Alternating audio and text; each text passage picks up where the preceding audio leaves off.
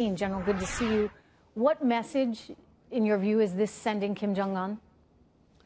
Well, certainly, we have all along put the military option back on the table. We want to have a credible military threat so that it becomes the fuel to help this diplomatic effort that we're making, which is the main effort to cut off all trade with North Korea, to include Chinese trade. So, but I think what's happening here is, listen, 3 aircraft carrier strike groups in the Pacific at the same time, that is really quite the exception. I mean, one, it could be, as Director Pompeo said last week, that we're getting closer to war with North Korea because they're getting closer to a nuclearized ICBM. It could be we don't want him testing an ICBM while the president is in the Far East. Or it's just a demonstration to him that we do have a serious military option on the table, and this is a demonstration of that. When we talk about the military option and it being on the table, is it really, and are we prepared for the consequences of that?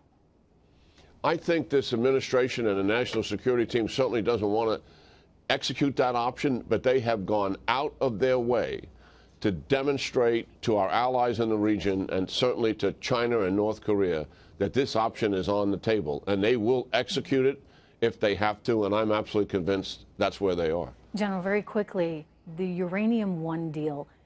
As a 4-star Army general, how disturbed are you that that deal went through that gave Russia access to such a strategic resource? Yeah, it's pretty shocking that we would do something like that. I mean, given it is Russia, and why are we ever doing anything to give them advantage would be where I would come down on that. It makes no sense.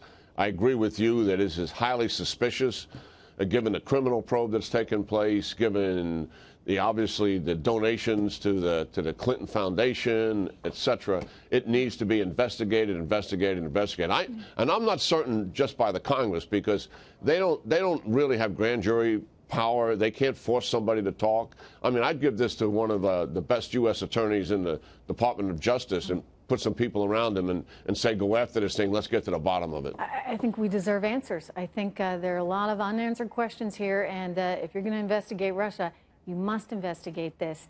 General Keane, thank you.